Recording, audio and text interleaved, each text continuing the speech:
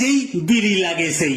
প্যাকেটটা হাতরে দেখি, উমা একটাও বিড়ি নেই, প্যাকেটে একটাও নেই মাল, কিনতে ভুলে গেছি কাল, নিজেই মনে হচ্ছে কুমির আনলাম কেটে ছোট খাল। সকালে বিড়ি না খেলে কাজ হয় না পটিতে গেলে, বিড়ি আমাকে জোগাড় করতেই হবে সব কাজকর্ম ফেলে। বাথরুমে গিয়ে দেখি ওখানেও স্টক রাখি, এ বাবা এখানেও ফাঁকা, আজ কপালে বিড়ি নেই নাকি?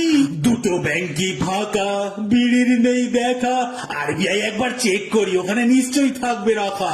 আরবিআই হলো বাবা, ওখানে তারা তারা বিড়ি পাবা, খালি ওখানে চুপচাপ গিয়ে আমায় মারতে হবে থাবা।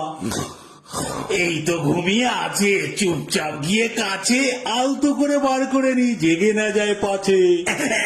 না না না না, নাম না হরির, দিকে থাকাও ঘড়ির, এত বেলা অব্দি শুয়ে আছে বাবা, খারাপ কি তোমার শরীর? শরীর আমার ভালো, না জ্বালিয়ে আলো, বিড়ির প্যাকেটটা হাতে নিয়ে কি করছো বলো?